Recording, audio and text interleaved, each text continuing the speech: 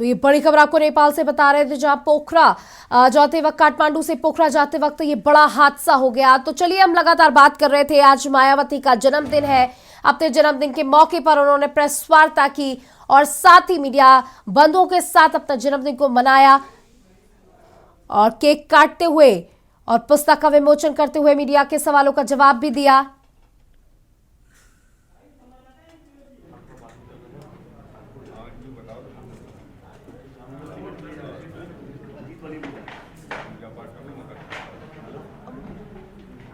मनीष, इस खबर पर अधिक जानकारी के लिए हमारे साथ मनीष श्रीवास्तव जुड़ चुके हैं। जी मनीष, हमने पूरी प्रेस कॉन्फ्रेंस देखी अभी मायावती की। उन्होंने सबसे पहले आज अपने जन्मदिन के मौके पर बीजेपी को कस के हारे हाथों लिया, क्या बताना चाहेंगे? बिल्कुल, आपको बता दें कि जिस तरह से आज मायावती ने अपने जन्मदिन के मौके पर प्रेस वार्ता करते हुए सबसे बड़ी बात अगर कही तो उन्होंने बैलेट पेपर को उठाया मुद्दा बना। तो आपको बता रहे हैं, मायावती आज जो बसपा सुप्रीमो मायावती का 68वां जन्मदिन है और उन्होंने अपने जन्मदिन के मौके को जल कल्याणकारी दिवस के रूप में मनाया है और पुस्तक का विमोचन करते हुए अपने जीवन में संघर्ष और पार्टी से जुड़े संघर्षों पर किताब लिखी है, जिसका विमोचन किया है और मीडिया से आग्रह किया है कि उत्तर प्रदेश में कई मुद्दे जो हो रहे हैं उन पर बात की जाए। और अब हमारे साथ मनीष श्रीवास्तव जुड़ चुके हैं। जी मनीष, मेरा सवाल वही है, आज मायावती ने अपने जन्मदिन के मौके पर सबसे पहले तो अपनी पुस्तक का विमोचन किया, साथ ही उन्होंने बीजेपी जो चीजें कर रही है, चाहे वो सुरक्षा के लिहाज से हो, चाहे वो इन्वेस्टर्स को लाना हो उत्तर प्रदेश में, सबको नकारते उन्हें कहा सिर्फ एक पब्लिसिटी स्टंट है।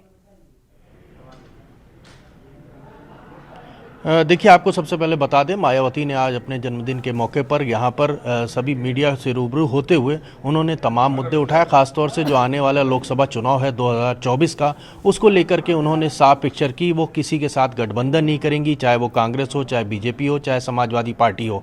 उनका साफ कहना था कि जो पिछड़ा वर्ग है वो मायावती का वोट बैंक अगर गठबंधन के साथ किसी के साथ जाता है तो पूरा वोट उनका ट्रांसफर होता है, ना कि दूसरी पार्टियों का वोट के लिए उनको कोई फायदा होता है। इसके लिए वो किसी भी तरह का गठबंधन नहीं करेंगी। कर्नाटक, छत्तीसगढ़ जैसे अन्य राज्यों में जो चुनाव होने हैं 2023 में, उसमें भी उन्होंने कहा कि पार्टी अकेले दम पर चुनाव लड़ेगी, किसी से गठबंधन नहीं करेगी। दूसरी बात, उन्होंने ओबीसी आरक्षण को लेकर के सबसे बड़ा मुद्दा उठाया, SC ST आरक्षण को लेकर के मुद्दा उठाया कि जो पिछड़ी जातियां हैं और ख़ासतौर से जो दलित वर्ग है वो मायावती के साथ हमेशा से रहा है। पुरानी बातों को उन्होंने दोहराया कि आपस में एकजुट रहिए और किसी भी तरह की पार्टियों की भ्रामक जो भी बातें हैं उनमें ना आए, पार्टी को पूरी तरह से समर्थन करें। मायावती का साफ कहना था कि जब बैलेट पेपर से चुनाव होता था तब उनका वोट प्रतिशत बढ़ रहा था, जनाधार उनका लगातार बढ़ रहा था, लेकिन जब से EVM से वोटिंग होने लगी मायावती का जनाधार कम होता रहा और वोटिंग प्रतिशत में भी कमी आई है।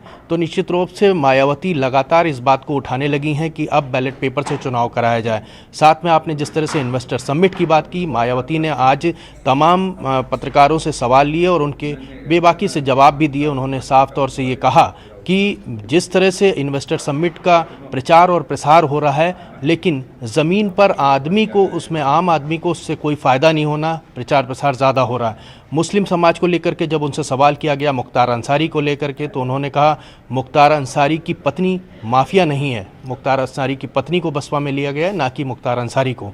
ये तमाम सवाल थे। दूसरी बात, उन्होंने पसमानदा मुस्लिम समाज को लेकर के जब सवाल किया गया तो उन्होंने कहा पसमानदा सबसे पहले मुस्लिम है, तो अल्पसंख्यक और OBC साथ में SC और ST, इन सब वर्गों को मायावती एकजुट करना चाह रही हैं और उनकी रणनीति साफ है कि आने वाले 2024 चुनाव में मायावती चाहती हैं कि OBC SC ST वोट और अल्पसंख्यक वोट एकजुट होकर के मायावती को वोट करें। और मायावती ने साफ तौर से बसपा की अगर बात करें तो उसने सीधे तौर से सपा, भाजपा और अन्य पार्टी को उन्होंने आड़े हाथों लिया। आम आदमी पार्टी की बात पर भी उन्होंने कहा कि जो भी विरोधी पार्टियां, जो भी विपक्ष है, उनसे और समाज जो बसपा है, बहुजन समाज पार्टी की विचारधारा पूरी तरह से अलग है। बहुजन समाज पार्टी विपक्ष के जो एकजुट होने की बात कही जा रही है उसमें उनकी विचारधारा में अंतर है। वो इस बात को नहीं मानती हैं और उन्होंने साफ तौर से कहा कि हम इस मौके पर, अपने जन्मदिन के मौके पर एक बार फिर अपने दलित समाज को एकजुट रहने की बात करेंगे। जी बिल्कुल, जिस तरीके से 2022 का जो रिजल्ट था वो हमने देखा कि बसपा कितनी कमजोर, और 2012 से ही बसपा धीरे धीरे कमजोर हो। जब इस पर सवाल किया गया मायावती से तो उन्होंने साफ तौर पर कहा, उन्होंने ईवीएम मशीन पर सवाल उठा दिए। उन्होंने कहा कि जब से उनकी पार्टी का गठन हुआ उन्होंने अपना जनाधार नहीं खोया है।